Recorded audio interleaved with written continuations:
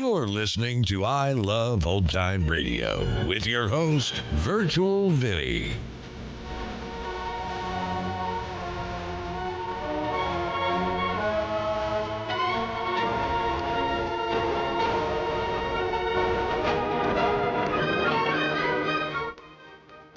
It's a new episode here on I Love Old Time Radio. Welcome, Old Time Radio fans. I'm your host, Virtual Vinny. You can interact with us via social media on our Facebook page at I Love Old Time Radio or on Twitter at I Love OT Radio. You can send feedback via the contact form on our website at iloveoldtimeradio.com, or you can leave a voice message using the Anchor.fm app. If you enjoyed this program, please take the time to rate and review us at review.iloveoldtimeradio.com.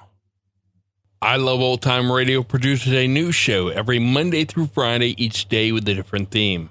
It's Thursday, and that means Lights Out.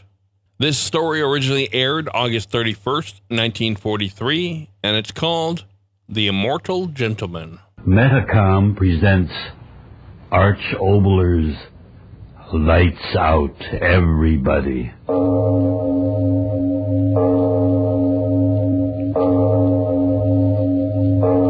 It is later than you think.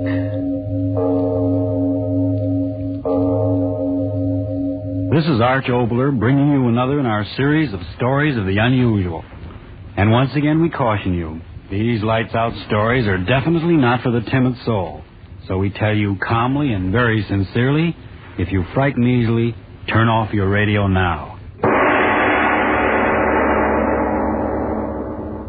The Immortal Gentleman, a melodrama about something every one of us has thought of at one time or another. If I could only live forever.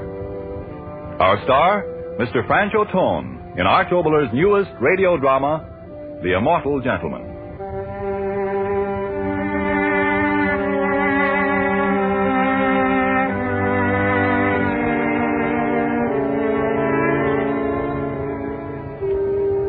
Beautiful that the hands of the sisters, Death and Night, incessantly, softly remold again and ever again the face of this soiled world.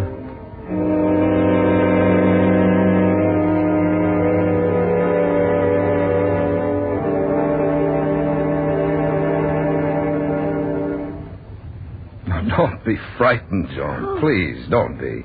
Yes, I know I screamed, but don't be afraid for me. I'm all right, really, I am. No, don't say anything. Just listen. The reason that I screamed, it made me happy. Oh, what are you I know it sounds confused, but I can tell you freely now for the first time since I've known you. Tell me what? About what happened. Tell you about myself, and then you'll understand, and then we'll both be happy. Remember, you once said you never could be happy with me. Oh, please. No, please, don't say anything. If you do, I want to hold you in my arms. And I've got to talk this thing out first. Talk it out from the time before I knew you until a few moments ago when I screamed and frightened you. You know, you were right. I've been a coward. But not of men or things or living. Just of not living. You don't know what I mean, do you? Must I say it? Must I say the word? All right, I will. I've been afraid of death. Yes, believe me, Joan, all my life it was that way. Even as a boy, I couldn't be happy because of him. So one thought was in me all through life. If I could only live forever, if I wouldn't die, if I could only live forever. The thought chasing itself in a never-ending circle. So there was no happiness. And the fear in me was in my face and in my work, and you knew it and everyone knew it, but they didn't know why. No. Tonight, the echo that is still in my ears, I cried out in fear in front of everyone. And I'm going to tell you why I cried out, and then you'll understand me. And why, I say, I'm free and happy for the first time in my life. And, Joan, if it's too strange to believe, just listen patiently. We were sitting in the auditorium, you and I, the politician up on the stage, talking. In this coming election, I repeat again, the issue will be clear. An issue made clear by our glorious party. You young men and women... Sitting there, you next to me, I wasn't listening to him on the stage. I was thinking the same infernal thoughts I thought all my life whenever I was alone. Of him. And it is Him. a challenge to you. And then... Yes, to you. To every one of you here. A challenge that we must accept, face and challenge in turn. Speaker's voice wasn't the same. I looked up. No, not the same. The other one, an old man, this one young. Couldn't quite see his face, so dark in the hall. Had something happened to the lights? I turned to her. You said, Joan, when did the lights... I stopped. You weren't there. Believe me, not there. Another woman. Did you speak to me? She said that. I said, where's Joan? Joan? Well, she was sitting right next to me. You have her chair. Where did she...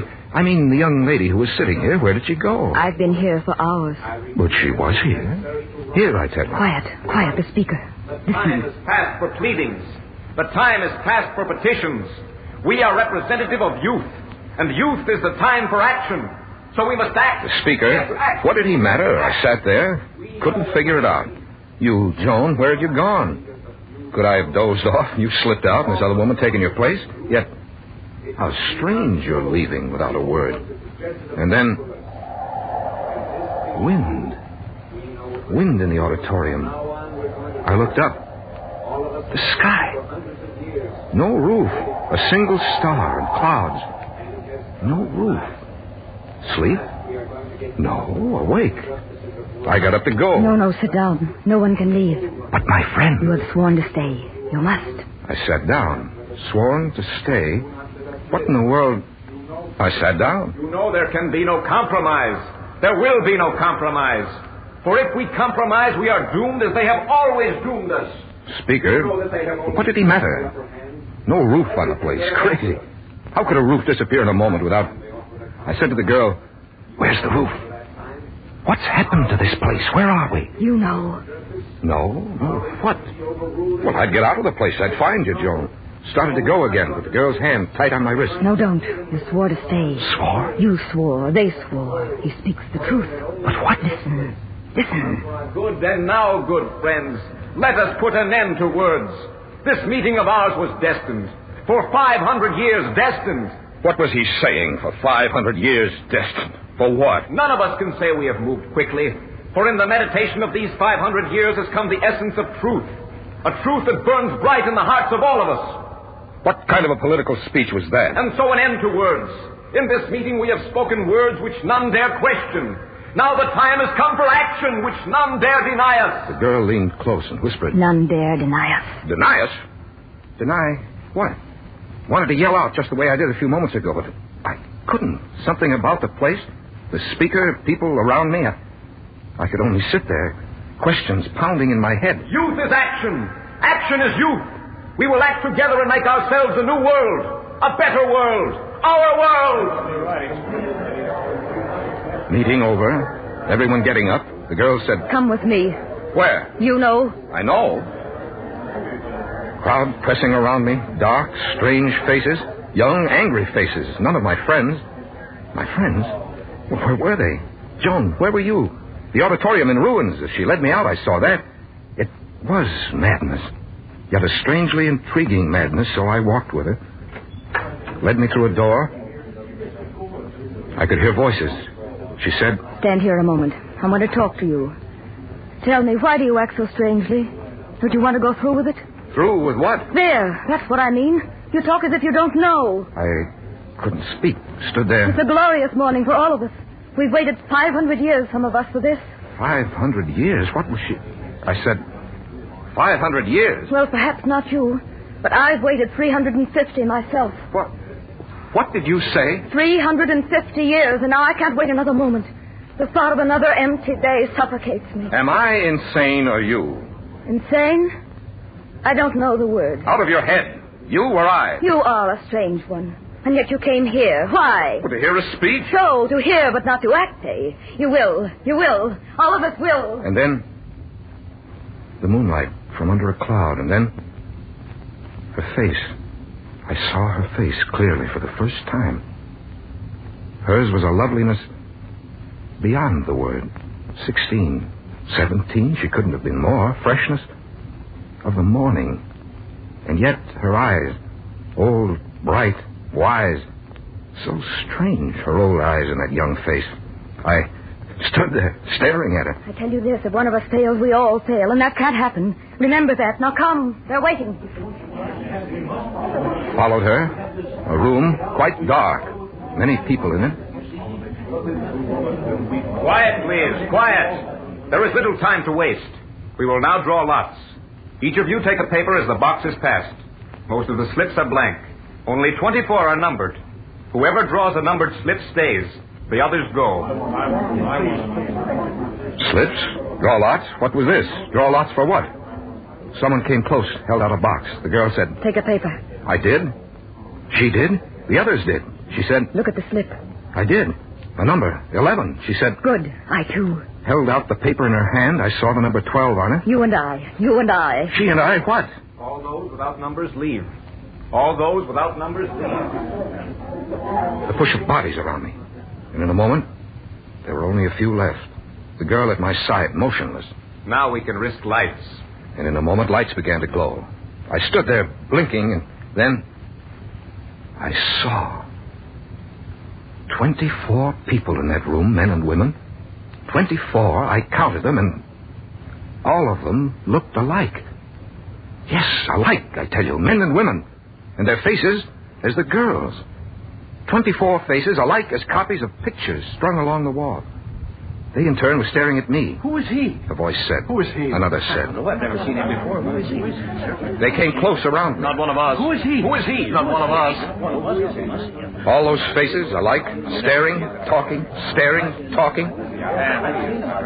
The girl spoke. I knew it was she because her hand was on my arm. Leave him alone. He is an Atavar.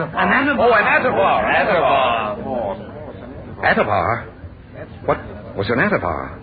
I wanted to speak, but she spoke. He'll be all right. I'll see to that. But an Atavar is unpredictable. But I tell you, he'll be with me. He drew 11. I drew 12. He'll be with me. But they're undependable, you know that. Never can tell about an Atavar. But I'll take care Never of can him. tell. I'll take care of him. They stood there arguing about me, Joe. Yes, arguing about me. Whether I could, whether I would, whether I was reliable, unreliable. And always that word, Atavar. Atavar? Atavar? Mad dreams or mad adventure, whatever it was, I didn't know. Their argument stopped. Apparently, the girl had won. The leader said... All right, Atavar. You'll be with her. Now, all of you listen. This Atavar is with us, and with us he'll stay until it's ended. Ended? Ended? What had begun? What would end? One question, Atavar. What is your age? My age? You want to know my age? Well, didn't you hear, Atavar? What is your age? The girl said... Tell him. My age is 25. What did you say? 25. Do not joke. Tell us your age. I told you, 25. For a moment, no one spoke. They looked at each other, shook their heads slowly, shoulders shrugged. An Atavar, just an Atavar. The girl said... Don't worry, any of you. I'll take care of him. He'll do as he's told. Do as he's told? Do what? Told her to what? I wanted to open my mouth. Then I didn't, because the leader said... All right. Our last word. There are 24 of you. 12 pairs. Each pair will go out together. If one fails, the other will succeed. But when? Now, at once. We have waited long enough for them. I alone have waited 400 years. And I 200. 300. I 425. 300. I understood. Like a blow on the head, I understood. These people, mad. That was it. Talking of living hundreds of years. Out of their heads, all of them. Listening to them, I knew that. 340 years. I've waited 170 years. And that explained the likeness of their faces. Some sort of weird interbreeding of a family resulting in feeble-mindedness. Well, how did I come among them? Went outside. The girl with me. Everyone going off in pairs. Their faces tense, angry. Going off to some strange madness. The girl said... Wait here. I'll get what we need, then we'll keep our appointment. Wait here. Joan, believe me, as she went off into the darkness, leaving me there alone, I swear my head was spinning as if it were on a pivot. And as it spun, the thoughts in my head spun with it. Madness, dream, madness, dream, madness, dream, madness, dream, madness, dream, madness, dream. What was happening to me? And then a thought. Had what I'd feared all my life happened at last? Had I died?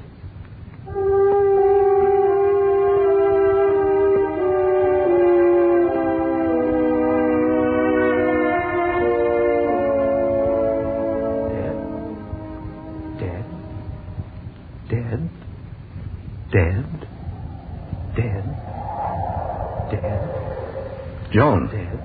I remember the wind Dead. suddenly was cold about it. Dead. But I was... Dead. colder. Dead? Was I? And then someone was standing by me. Not the girl, but a man. Smooth, young, handsome face with those old, wise eyes looking at me. He said... You have not started yet, Atavar. No. No. Strange, I've never seen you before. There are so few Atavars. You know, generally they are not permitted to develop. And looking at him, I knew I was alive. Of course. And dream? This was no dream. Yes, there are so few Atavars. I said, Atavar? Atavars? What the devil are Atavars? You are a strange one. Well, tell me, what are Atavars? Why call me an Atavar? Well, because you are. You're not like us, you know. You are a throwback to the individualistic, unconditioned, embryonic development. What? But then, of course, you don't understand, do you? No, an Atavar wouldn't. Well, tell me. It is strange that they should have permitted you to develop and not to have explained to you the difference. What difference? What? Once in every 2,000 births, and that means once in every 2,000 years, we don't have many new ones in this world, you know, something happens in the incubation process. And instead of one of us perfected ones, one of you develops. A throwback to ancient times, an imperfect creature out of the past. In other words, an atavism. Understand? An atavism. Atavism? Atavar? Atavism? What the devil's name was this? But he kept talking. He said, Yet, Atavar though you are, life must be miserable for you as it is for the rest of us. Life? Miserable? Well, of course. Why else would you have joined with us? Oh, this is going to be a glorious night for us. But not for them. I don't understand exactly what you... Of course not. Things would be confused for the Atavar mind, wouldn't they? That's the infernal trouble with our minds. Things are much too clear and concise and understandable. And they bred all the confusion out of us a long time ago. Well, now they'll pay for it. Please, tell me... Just look at me. I've lived just a handful of years, 250. He said that, Joan. Yes, believe me, 250 years. And yet, believe me, Atavar, I'm weary unto the death we'll never know. Death we'll never know. What good is there in it for any of us living forever? Living forever. For the first 50 years of our lives, they condition us. All right. We come out with our brains filled with all knowledge of all time. Paragons all. Geniuses all. But what good does it do us? What good? Always they are in the way. They? Look, Atavar, you can't be so completely a fool or they would never have let you out. They are the old ones. And what is interesting and exciting in the world, they do. They and no one else. And we who came after them, after they conditioned the world against sickness, illness, age, and death, we have nothing left to do. I see. They hold the key positions, they, and we stand by and grind the weary years away in nothingness. A world of youth full of the want to do, and there's nothing to do.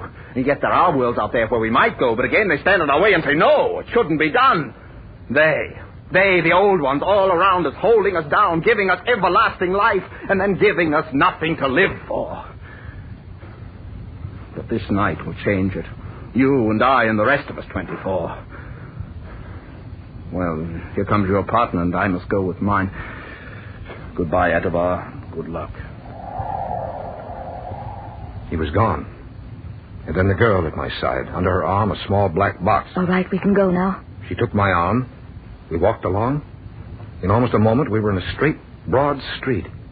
Straight, shiny, glistening, bright with a light I've never seen. A quiet, empty street. Clean, bright, and strange. As if in a dream. A dream? This was no dream. And then she said... In here. We stepped upon a platform. Part of the sidewalk. It was moving, carrying us swiftly. Swiftly down the street. An escalator? Moving sidewalk? I don't know what. Faster. Faster. Things rushing by. Strange towering buildings. And then I heard that she was talking to me. I saw you talking to Aro. He has the easy one. We've a hard one. 250 years, he said. Aro? Yes, that's true. Lived 250 years? It isn't much, I know. You must be older. Or are you? Hard to tell with an Atavar. How old are you? I? 400. 400 years, but not of living. What do you mean? You know. They, with all their years. Before we were born, they took the work of the world, and what is left for us?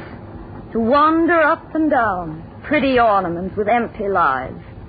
But they forgot one thing. They left ambition in us. And this night we'll find a place to use it. How? Adavar, you are a fool. You know and yet you don't know. How can we find a place for ourselves as long as they do as they please? Listen. In the very ancient world, men lived a few years and then died. And they thought that was horrible, but that was good. For when they died, there was a place for youth. Yes. One would fall in his place, and a young one took his place. Sometimes he did better than the one who had gone before, so the world progressed. But now no one falls, no one dies.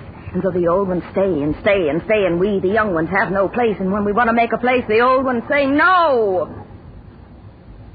The thing we were riding climbed higher. Higher. And still she talked. We pleaded and petitioned, and they do not listen. So tonight we act. You and I, Adavar, one of 24. Act? By turning back the time to when men died and gave the younger ones their place. What? The wrong of each man died with him when he died in that old world. And so tonight we'll see that wrongs are given their belated rest. How? You and I, Adavar, we'll do our part. Up there. She was pointing up. I looked up to where the building ended. In a cloud. She sits up there.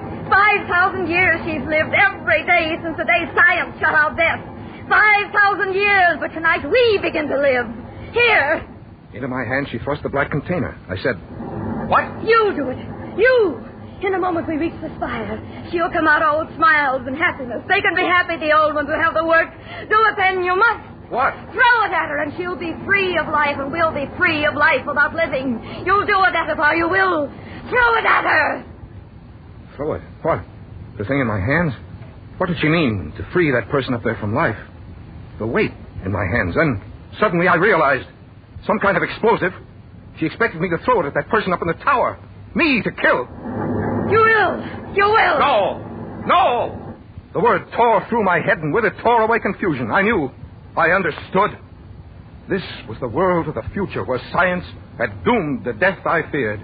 Men lived forever, and these young ones had no chance. And now they were out to kill and make their chance, and I was to kill for them, with them. You will. You will. You will. No. You will. Not You will. my world. Not You will. mine. You I will. Go back. You will. I'm saying that. I You will. There she is, the matriarch. Throw it. Throw it. I won't kill. Not I won't. Give it to me. Give me that. Give me. No! I jumped. Falling. I was falling. Through the horrible space of that horrible future. Down and down and down. The glistening sides of the building rushing past me. Down. Twisting. Clawing at the air. Down and down. And then I remembered, in my arms, that explosive. I tried to throw it, but my hands tight around it. I couldn't unlock them. The ground coming up. I screamed. And there I was. Sitting next to you. In the hall where I'd been before. The politician up on the stage.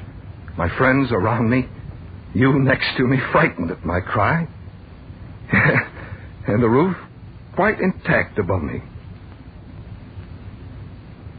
So here it ends, Joan. Sitting there, I stepped ahead in time until a day when men had conquered death.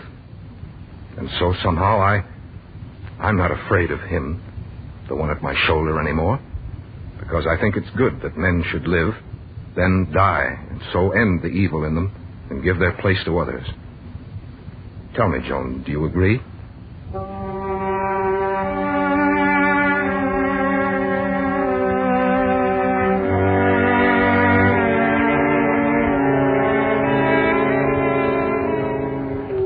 Beautiful that the hands of the sisters, death and night, incessantly, softly remold again and ever again the face of this soiled world.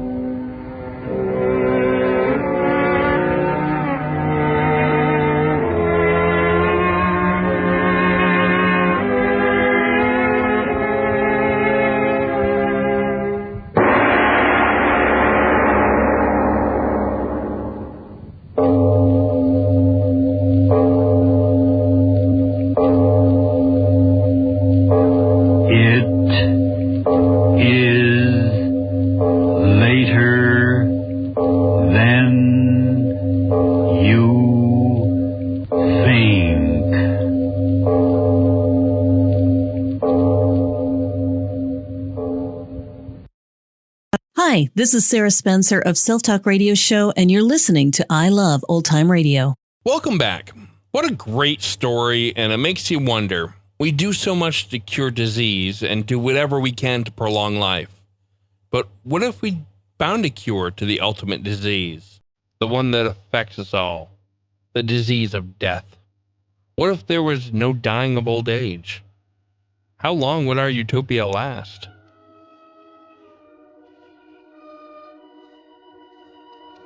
And that's going to conclude our show here on I Love Old Time Radio. This program can be heard on Apple Podcasts, Google Play Music, Stitcher, Spotify, and on our host, Anchor.fm. You can listen to us on your Alexa device through TuneIn or iHeartRadio. For a full list, visit our website at iloveoldtimeradio.com and to find the best location that suits you. Like us on Facebook at I Love Old Time Radio. Follow us on Twitter at I Love OT Radio. Comments and questions can be directed to our website at iloveoldtimeradio.com or leave a voice message using the Anchor.fm app. If you'd like to help support this show, you can do so at support.iloveoldtimeradio.com or by joining our Vintage Radio Club and get an extra episode a week. Tomorrow we end the week with Groucho Marx and You Bet Your Life, and join us next Thursday for some more Lights Out. For iloveoldtimeradio.com, this is Virtual Vinny, signing off.